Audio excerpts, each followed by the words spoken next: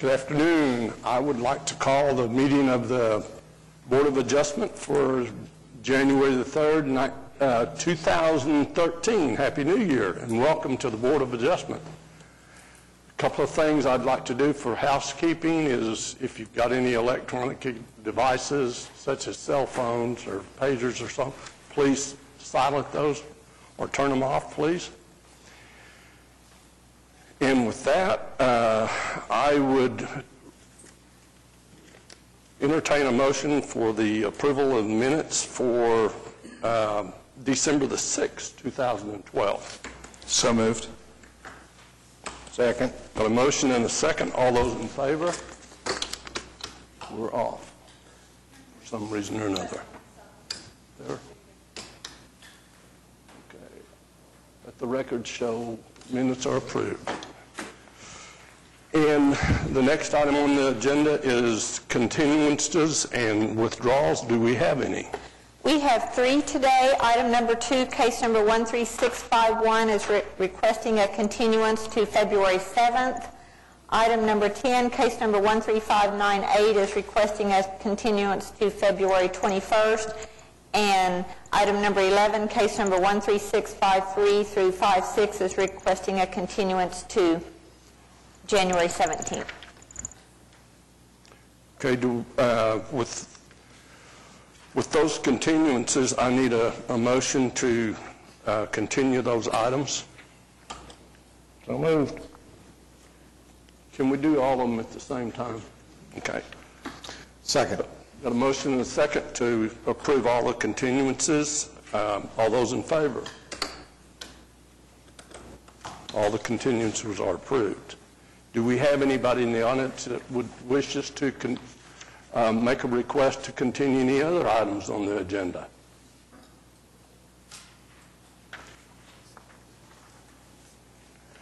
Okay, with that, we'll start off with item number 1. Item number 1, case number 13642, request of Blaine Nice for a variance to the conditional use regulations to permit a hair salon located at 1113 Northwest 50th Street and 1125 Northwest 50th Street. Mr. Chairman, members of the board, Blaine Nice, 100 North Broadway, Oklahoma City, for it's actually applicants, Mr. J.M. Parks. This is for 2 properties. In your package, you'll see it's for 1113 and 1125 Northwest 50th. This is between Classen and Western. It's on the north side of Northwest 50th. Mr. Parks, at 1113 for the last several years, a salon has been operated at that location. When he purchased this property, I think it was represented to him as commercial property. The salon could be operated there. And that's the Cameo where it's actually being operated now. He was negotiating with the gentleman who owns 1125 Northwest 50th about opening an additional salon. And at that time, the issue of the zoning came up, and when he checked into that, discovered that a salon or personal services was a conditional use in this O2 zoning. And so we got in touch with the city and made application for 1113, and it was determined that we would include 1125 at the same time to see if possibly we could obtain a special conditional use permit for that also. And if you could go through those pictures, I want to show you a little bit. That's to the west of Cameo, and it's a psychologist's office between it. This area, if you've been out there at all, is quite commercial. That's that's the house across the street, I believe, and then those are buildings across the street. There just on the other side of the Cameo, there's a house that's being moved, and as I understand it, a bank is going to be going into that entire corner. So we believe this is an appropriate use. One of the factors, of course, is I think why conditional use needs to be reviewed has to do with the traffic. And he has in excess of 15 spaces at 1113 and in excess of 30 spaces at 1125. So there should be no impact whatsoever as far as the traffic. And as Mr. Chambliss and I have discussed, I think that's the main reason that this use needs to be reviewed for for this use in this zoning. So I'd be happy to answer any questions if you have any. Got more information, but I don't. Does the board have any questions? I was just, if we grant the variance request, is that for this use only and for the salon use, or it doesn't apply to any future business in that area? Continue. You can approve it just subject to the condition that it's a hair salon only. Yeah.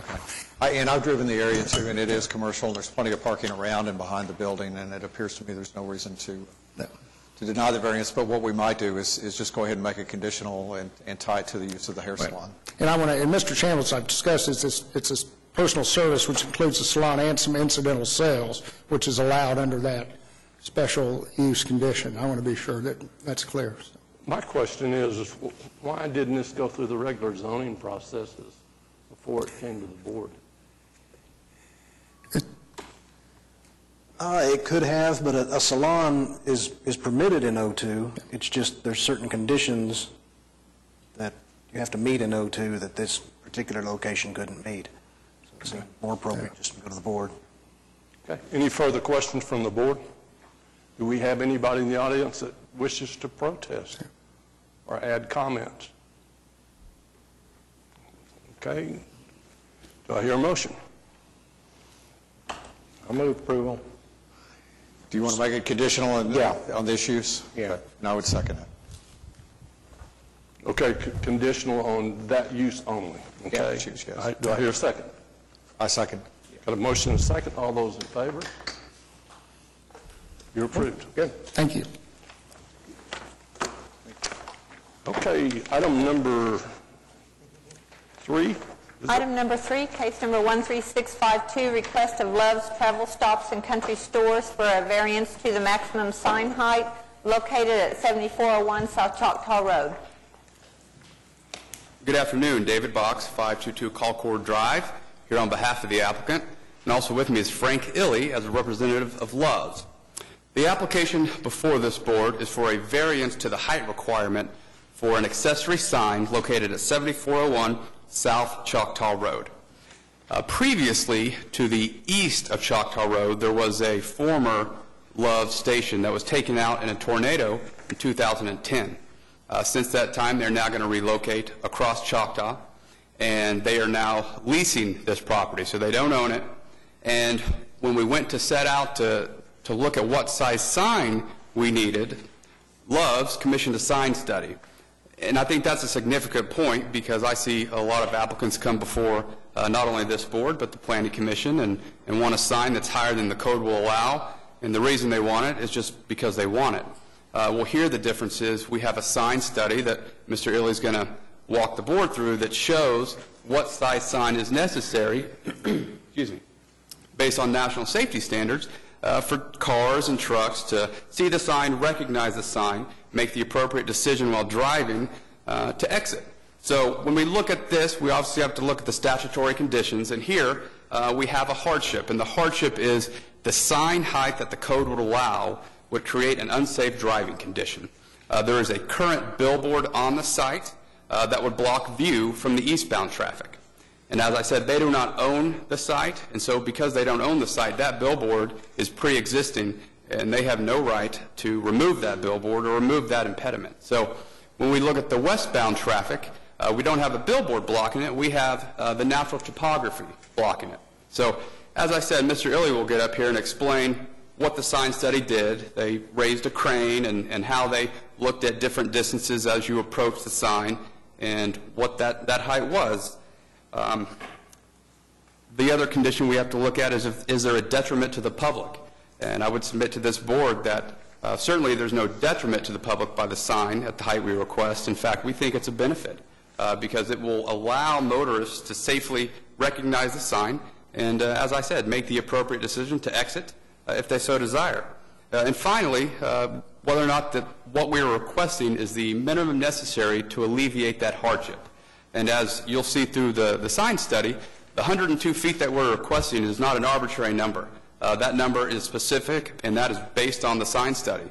So that is at the lowest height we could have it that would meet the national standards for safety. So we feel that this is an application that certainly meets those statutory conditions, and the reason we want this request is to allow the high rate of speed traveling public along I-40 to be able to safely see this sign and exit. So if there's no more questions, or if there's any questions from me, I'd be happy to answer them. If not, I'm going to have Mr. Illy walk us through that sign study. I've got a couple of questions. Looking at the photos, I see that there's a crane or of some kind. Is that the exact height of the sign that's showing? What they do is you'll see one picture with the crane and then one picture where the sign is transposed. So what they do is they raise that crane to certain heights, and then they're able to get the height from that and transpose that picture so they know exactly what the height is that they need. So that's why you see the crane. That elevation was taken from where the parking lot surface would be? It is taken from the point on the property where that sign would be, correct. Okay. Do you know how far it is from that point down to 40?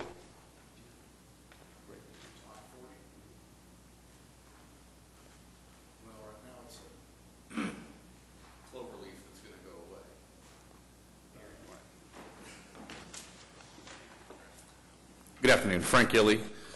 Go ahead and name and address, please. 10601 North Pennsylvania, 73120 here in Oklahoma City.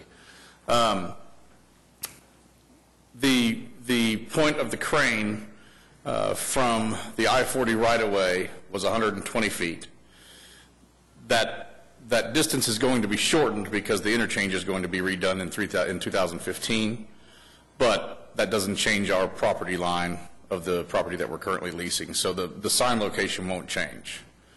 And you can see the pictures. I guess you all have these pictures in front of you. Heading eastbound, we did photographs at 3 different levels. We did it at 50 feet, knowing that was the posted standard. We did it at 70 feet, and we did it at 90 feet. These signs, as you might imagine, are very expensive to build and erect. And so while the sign was extremely visible at 90 feet meaning the top of the crane, we went down to 70, and those are the pictures that you're seeing. The level of 70 feet, you can still see the bottom of what would be our Pricer sign at a relatively safe level, extremely safe level eastbound, and still a safe level to exit westbound. You want to be able to see the sign and read the Pricer between 1/8 and 1/4 mile from the exit in order to safely get over, if you're an 18-wheel driver, get over in the right-hand lane and be able to exit. The eastbound pictures, you can see the sign has good visibility. We had to get over that billboard that Mr. Box mentioned, and the 70 feet to the bottom does that. When you go 70 feet to the bottom, I'm talking about the bottom of the Pricer, there are 32 square feet or 32 feet of height of signage to the top of the heart. That's where we get the 102 overall feet. Obviously, a 90-foot sign would have been a much taller sign at 122 feet. But 70 gets us to what we want. And that is be able to read the price sign above the existing billboard. Now, heading westbound, which is the second portion of the sign study, about 70% of our customers come from the same side traffic, and by that I mean if your store is on the north side of an interstate, westbound traffic is the right exiting traffic. In other words, people don't like to go over an overpass and exit heading west and go to the south side of the interstate. They still do it, obviously, but about 75% of our customers are coming at this location. It would be westbound. Therefore, this visibility is more important to us than the eastbound. The topography, as Mr. Box mentioned, causes some problems with this visibility, obviously. At 70 feet, we can first see the sign when we are 3,000 feet away from it. Please remember, though, that the sign is actually the sign location is actually 1,000 feet west of Choctaw Road, or more to the point, Choctaw Road's about 2,000 feet from the viewer, plus you have the exit ramp to deal with. So this gets us to about between an eighth and a quarter mile distance at 70 feet. At 50 feet, we couldn't see the crane until we were right up on the exit. Again, the 90 feet was very beneficial coming this direction, but 70 worked for us. My point there is that we don't build them as big and tall as we possibly can. They cost a lot of money. But we want to be able to have our customers see the sign and safely get over and exit if they so choose.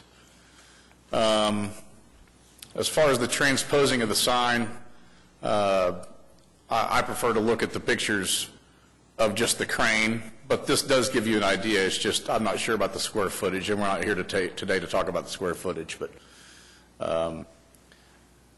as far as our analysis during a sign survey, we look at the crane being the bottom of where our signage will begin. With that, you still didn't answer my question. You know about how far? I was out there either Friday or Saturday, Okay. going eastbound. It looks to me like where the property is now, and I don't know how much you're going to take off of that, looks like it's about 40 or 50 feet above I-40 as it exists now. Okay, I thought you meant the distance between the north-south distance. You meant the height difference? I meant the elevation from where your parking lot's going to be down to I-40. Okay, I believe it's 32 feet above the grade of I-40. About 40 feet. So we're going to wind up with a sign 140 feet in the air, basically from elevation of I-40. Is that correct? No, because when the I-40 interchange is redone, when the Choctaw Road interchange is redone, they're raising I-40. Okay. Okay, my last question. The off-ramp is what I'm talking about. My last question is, have you looked at the possibility of putting McDonald's and Love's on the ends of your electronic sign rather than on top? We've looked at all options. I mean, I guess you're talking about extending it out sideways. Uh-huh.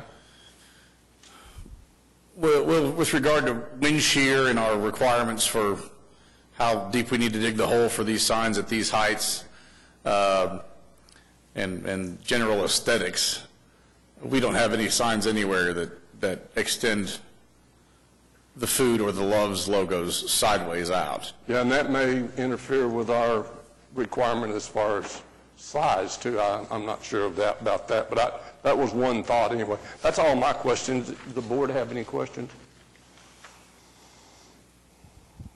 Anybody? The statute is 50 feet overall, am I correct? It appears to me that, some relief is called for, for visibility. I think, the quarter and eighth mile, I'm not sure that you need to be as high as you are to have visibility, from a quarter mile and an eighth of a mile. But I don't think the 50-foot overall is adequate. And so, we can argue whether it's 73 or whether it's 63, but I'm not sure that that's really material to, what we're looking at. Well, can we condition, if we approve the variance request, is we can condition it upon this use or this company or something, so that any future, if they change hands and they sell it to another company. No, it runs with the land. It runs with the land. That's my concern, David, and I mean, is that you create precedents, and that we want people to see it in time, we want them to be able to exit safely, change lanes safely, all that. But at the same time, we're not trying to build a monument to the sky and I wasn't aware, are the McDonald's in the Love stores now, or is it just on Yes. site? Are they? Okay. No, we have about 40 of them. I wasn't aware of that, but I'm glad to be able to. And I guess to try to answer your concern, that photograph right there, that tells us that's where we got to the 70 feet to the bottom. Again, these aren't arbitrary. We're not trying to stick a huge monument sign up in the air. We want it to be as tall as we need it and only that tall. And so there's an eighth of a mile to the exit ramp right there. And so that's where we got the height of 70 feet to the bottom of the sign. Like I said, 32 feet of signage makes it equal 102 feet total. What's the impact of the highway redesign in 2015 going to be? Nothing on that topography. They're lowering Choctaw Road under the bridge, basically to expand the capacity under the bridge and also to give traffic. They're going to make it 4 lanes, as you probably know, and they're going to give people more of a head start on getting up the hill. That hill up Choctaw Road is going to be a little more sloped, more drastic. But there's also going to be stoplights at the ramps on both sides. This will become a diamond interchange instead of a cloverleaf, which right now it's a half cloverleaf. I don't really object to, for Loves and, for their associated businesses looking at this. I hate to see a variance request granted that just, runs in perpetuity for any future business that might locate. It may be a future business that locates there that may be, distasteful to, part of the community, like the ones you see when you cross, the river into, and, this would allow them to, have visibility above and beyond what I think a lot of people would want. And so is there any way to, grant the variance request for them, but not open the door for any other future business that might locate there? We would certainly be willing to, to stipulate that this would be, our use specific on the highway. But is it enforceable, Dan? I mean, is it? It's not really. It's just goodwill between. If the sign, because regardless of what your intents were, if you left that location, the future business that located there would have the right to do that, and there's nothing anybody could do to stop it. And that's really my concern, not your use, not your need for visibility, not, that's my issue. I will, if I may add, Mr. Austin, we have some leased properties around the country, and we own most of our properties. We've never closed a travel center. So we obviously don't anticipate doing that here. How long is your lease on this location? It is, the initial term is 15 years with 8 5-year extensions. There's an option to buy at some point down the road. I think it's 20 or 25 years, but we intend to buy this someday. Mr. White actually owned the property across the street from the Tornado store, so we've dealt with him on a few occasions, and he's been a good guy to work with, but he just doesn't like selling his property.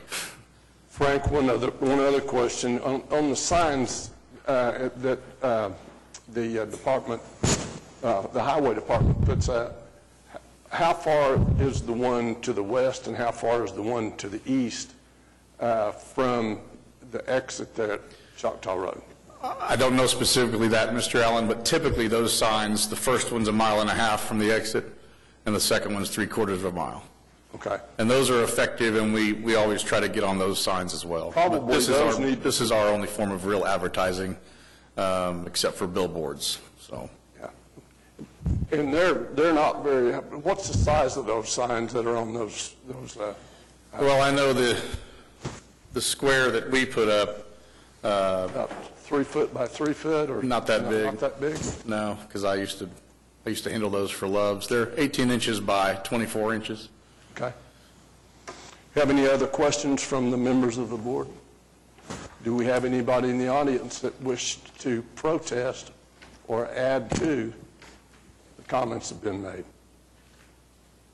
With that, I'd entertain a motion.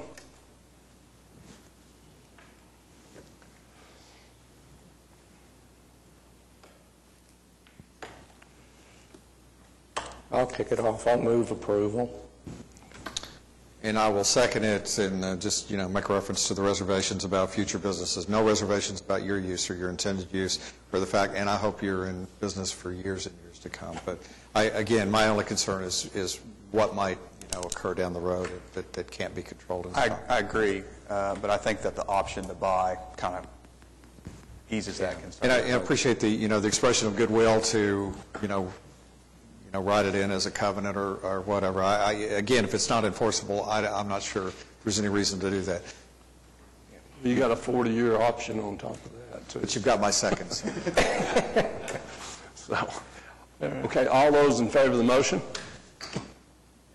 You approve. Thank you. Okay, the next item on the agenda is number 4.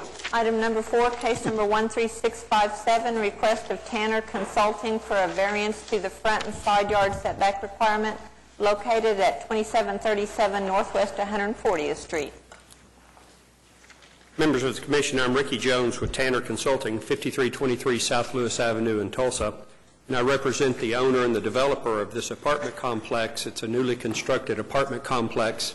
It's located east of the northeast corner of May and northwest I-40 Street.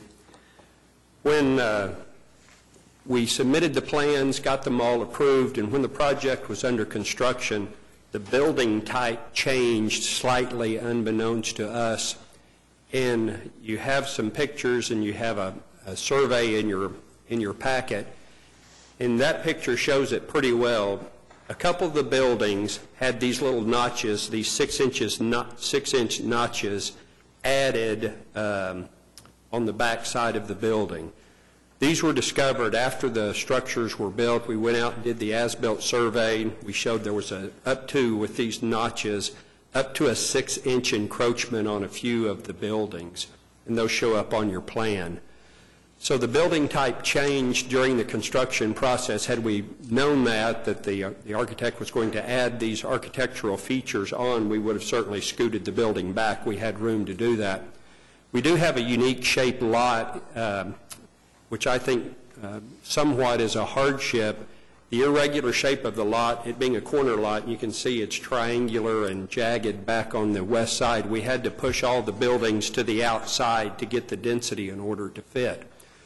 The other thing I want to point out is that balconies were added on the 2 buildings down in the southwest corner, and they extend up to, one of them's 4 foot, but they extend up to 5.07 feet over the building line. These aren't encroachments into any easements. They're only over a building line. So again, had we known that those balconies were going to be added, we would have pushed the building out and we would have met the building setback line. So that's the application that's before you. We would ask that you approve this variance based on the uniqueness of the hardship of the irregular shaped lot.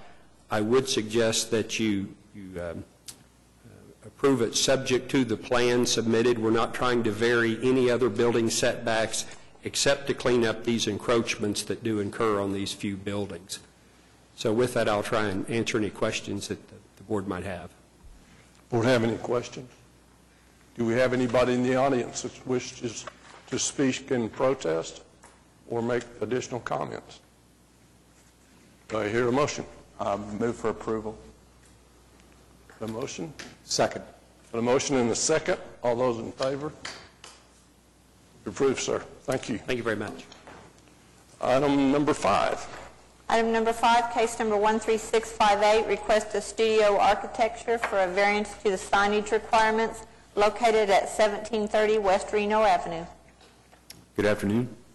Asa Highsmith, 1112 North Walker, OKC.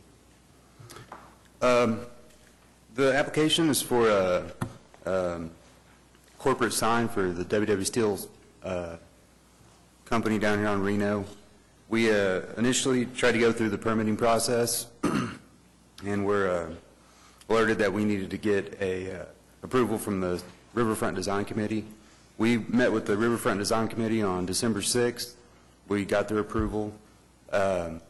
We're completely within all the municipal code requirements. The Scenic River Overlay Design District was the only thing that we were outside of, I guess, on our, as far as needing a variance. So since we have their approval today, I don't see anything left as far as, things that we're needing approval for, except just for the board to take a look at that and let us know what they think. Okay. Any questions of the board? So we're just affirming basically Riverfront Design Committee's recommendation for approval, and That's my understanding.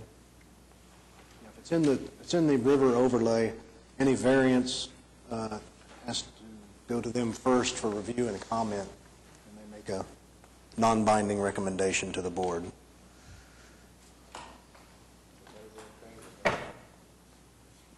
Is there anybody in the audience that wishes to protest or add to the comments that have been made?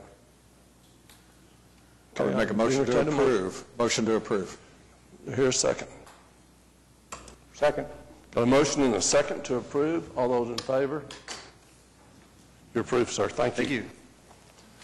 Item number 6. Item number 6, case number 13659, request of Danny and Jana Charles for a variance to the 100-foot and 50-foot platted front and side building lines located at 2800 Southwest 74th Street.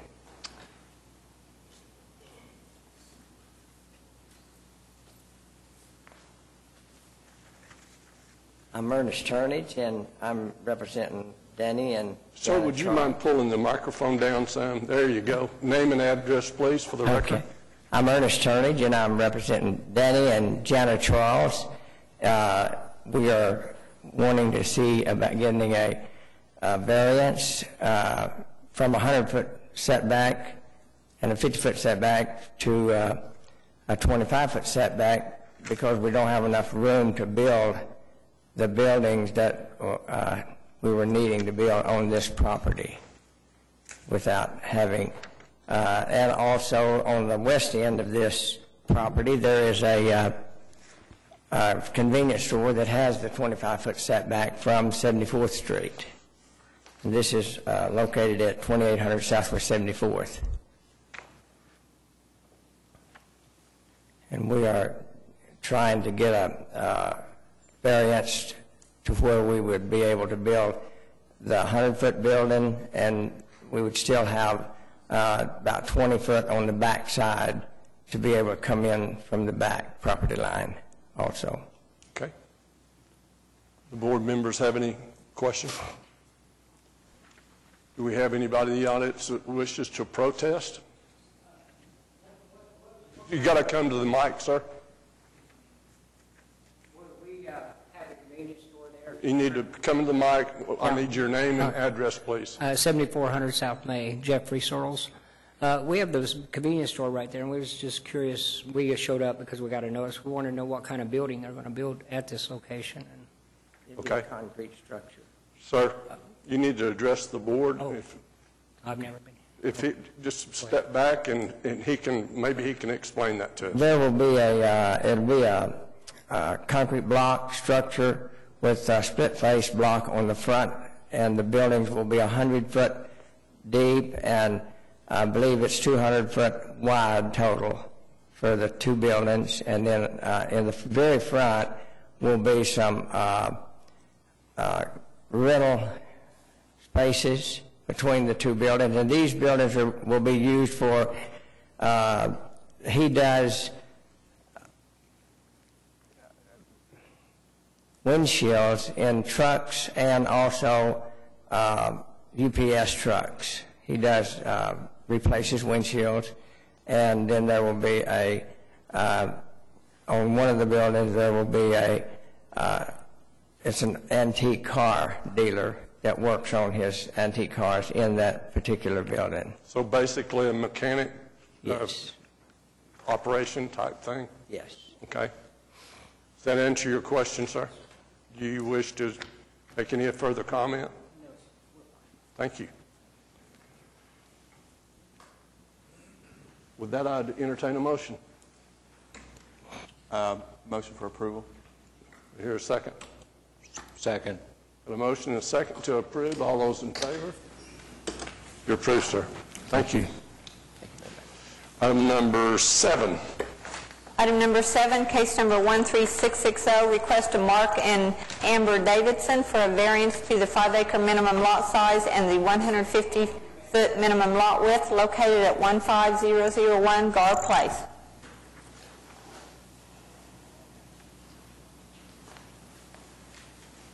Good Good afternoon. Would you state your name and address? Yes, good afternoon. I'm Amber Davidson, 15001 Gar Place in Oklahoma City. Thank you. Myself and my husband would like to request a variance to the 5-acre minimum lot size and the 150-foot minimum lot width. We are located in the AA Agricultural Zoning District. The proposed lot split would actually make two lots, one of 3.745 acres and 3.394 acres. Any questions? We don't actually have a drawing of that, do we? Showing the dimensions on the drawing, the plat? Mm-hmm. I have this one. Do we have any questions of the board? Do we have anybody in the audience wishing to protest? With that, I'd entertain a motion. Motion to approve. Second. The motion and a second. All those in favor? You're approved. Thank you so much. Item number 8. Item number 8, case number 13661, request of Shepherd & Sons Construction for a variance to permit a single-family residence encroaching the 20-foot platted front building line located at 13304 Northwest 4th Street.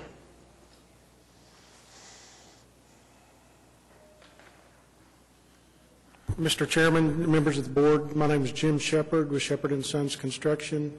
My business is located at 1201 East Highline Lane in Mustang, Oklahoma. The residence that we're requesting the variance for on the build line in front is at 13304 Northwest 4th Street. It's a Yukon zip code, Oklahoma City city limits. The problem with this was noted when the house was contracted for sale. It is a brand new structure. The cosmetic build line was encroached by an offset in the garage to the front. The foundation contractor, when laid the house out, laid against a recessed corner of the garage. He also made the error of trying to pull from the centerline stake in the road instead of the pins for the corner of the property, and the centerline stake in the road was 1 foot off. The projected front of the house is 18 inches in front of the other side of the garage, and the pictures that you see as you look down the street line, you can note that I'm not sure that there's any other problems that exist on this street, but it hasn't caused a cosmetic issue. The hardship that would create is very obvious. We're a small construction company. We've built this home. It's now under contract for sale, and really there's not much option as how to correct this other than to cut the front of the garage off. However, this has helped with our processes when we build. This will be checked from now on, and there will be no footings dug until the property pins have been located. Well, I want you to be able to close on your property, and I appreciate you, knowing that it was a learning experience and that you try not to make the same mistakes over and over. I would move for approval. I second. Got a motion second to approve. All those in favor? You're approved, sir. Thanks. Thank you very much.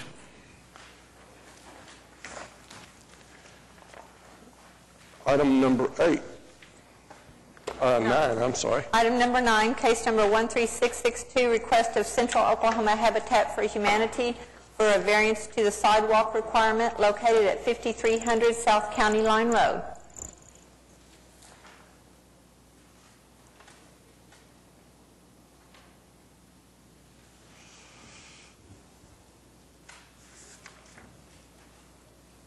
Ernie Ish with Ish & Associates, representing Habitat for Humanity, and also with me here today is Sherry Hessel, who is the Development Director for Habitat. You've seen our application. Habitat is attempting to build 33 single-family homes, affordable housing on this location. If you look at the mile between 59th Street and 44th Street. There are 3 existing subdivisions in that mile. None of them have sidewalks on County Line Road. We have a total of about 600 plus feet of frontage with a large creek running along the south side of our property. The first picture I gave you is Silverleaf West, which is on the west side of County Line, extends almost a half mile. It has a drainage channel along the west side there, and there's no sidewalk. Then the next picture is Silverleaf East, which is immediately adjacent to us, and you will see there's no sidewalk there, and there are 2 Enogex high-pressure pipelines that run north and south parallel to the east side of County Line Road. The next picture is our frontage, and then the fourth one is Brighton Place, which is a quarter of a mile north of our project. Again, has the pipelines in front, has no sidewalks. And we think if County Line is ever widened or the drainage culvert under County Line there at the south side of our property would have to be improved, then any sidewalk that we would build would have to be destroyed and relocated. And so, Commissioner Allen, I know you're familiar with that territory. We believe that it's reasonable to ask for this variance. If you'll notice up there on Brighton Place, they have a sign that says Mustang Schools. The Western Heights School is located a mile east of the intersection of County Line and 44th, but this is property is in the Mustang School District, so we're not going to have students trying to walk from our subdivision to the Western Heights School. There's no commercial development existing at this time. And the major reason is that the pipeline company strenuously objects to our putting a sidewalk there in the area of their pipeline. So we believe for all those reasons that a variance is justified for this location. Thank you. I'll be glad to answer your questions. I think I ask this question every time it comes up on the Planning Commission and the board. And I know the answer, but I'm going to ask the question again. Why do we not have some kind of mechanism to set aside money to construct the sidewalk when it's appropriate to be constructed?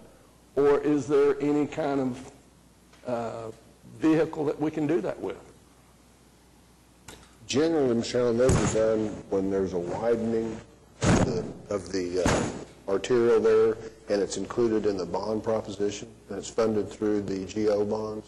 I don't know what the status of County Line is when it's, if it's going to be widened anytime soon, but when it is, it's usually done then. Okay, so it's at the expense of the city, right? Mm-hmm. That's happened. Why, and this is kind of hypothetical, but I've done a little development myself. If I have to put a sidewalk in and the guy 3 miles from me doesn't have to put a sidewalk in because there's not a sidewalk existing, doesn't make sense to me that he shouldn't some way pay for that sidewalk when it is put in. So, you know, and I don't know if there's any way that could be, money could be put into a pot to help construct that sidewalk when it's time, rather than it being the city's responsibility to do that. And I don't think we have a mechanism right now. We could look at a fee in lieu of construction. We do that for some drainage improvements, that they pay a fee in lieu of doing the detention requirements on that property, and then when we have enough money set aside for that, the city could do it, but right now we do not have anything like that in place. Could we look at trying to get something like that going? Or do we need to talk to council, or? The ordinance allows for a fee to be paid in lieu of sidewalks, but it has to be a known and funded project to put the sidewalks in. Okay. And I don't know if it's eligible to pay the fee in lieu of in this location or not. So that would have to occur if we were going to come in and widen the road at some future date. That's right. Right. And he could pay a fee if it's a known funded project to widen the road and the sidewalks would be put in, then the fee, he's eligible to pay the fee. You know, and another thing, just yesterday, and it's the reason why it's so vivid in my mind, we were going down May Avenue with a 4-foot and a 4.5-foot, I've got out and measured it, a 4.5-foot sidewalk on both sides of the street, and everybody that was going up and down May on foot or running was running in the street. You don't even use the sidewalk. So, but anyway, that's my, okay. Do we have any questions? I agree with you, Mr. Allen. In a lot of our residential subdivisions where we put the sidewalks in and we try to make them attractive, and still the people use the street. Well, yeah, you use the street for playing basketball and football, and the street's not for cars or anything. You use it for other things. I'm sorry. Yeah. Does the board have any questions? Okay. Do we have anybody in the audience to protest? I hear a motion. Just one thing. I mean, we wrestle with this every time, and the fact that this is a residential area, and the staff report tells us that a sidewalk will be required in the eventual development just north of your area. You know, if we approve your variance requests and waive that requirement for you, I mean, what standing do we really have, when that developer comes? And pretty soon you end up with such a patchwork and a mishmash of sidewalks around the community that, they're not very effective. I mean, a sidewalk that runs, in past your development and then terminates doesn't really help anybody. And so, we have discussed whether, there should be some fee if the sidewalk requirement is waived. And the fact that it's Habitat too, I mean, it's a great cause, it's a charitable organization, complicates things in the consideration because we're not trying to impose additional financial hardships. But I'm not going to object to your request, but I'm like Mr. Allen and perhaps the others, and I really do have reservations, and I wish that the city council or the city would, take another look at this, and because I feel like we're caught in the middle, hearing these variance requests, and sometimes it's a commercial enterprise where there's no residential development and not likely to be any for a number of years that we can foresee. But again, we don't know, what happens in the future. So. I agree, Jeff, totally with what you just said, and I think that I have a little easier time with this one because of the mission of it is a not-for-profit, and that is a distinguishable fact in my opinion. But I agree that I think that we do need some more guidance because this comes up almost every meeting. It's true. And we get caught trying to make a judgment call when we can't really foresee what's going to happen 20 years from now. And I know it's just a matter of time before we're going to hear, I mean, we'll hear the case on the property as it's developed north of this, and, But having said that, I will make a motion to approve. As large as the city is and places like this place is, when you get out to Westminster and 44th and you've got one house that's a lot split and you have to put a sidewalk in front of it that goes no place, it doesn't make any sense. Very substantial obligation for the homeowner, too. That's exactly right. But anyway. I'll second the motion. Got a motion and a second. All those in favor? Thank you. Thank you. Wow. Item number 10 and 11 have been continued, so I guess we're finished with the agenda. Do we have anything from the board members? No. Motion to adjourn. Second. A motion and a second to adjourn. All those in favor? We're adjourned. Thank you guys for coming.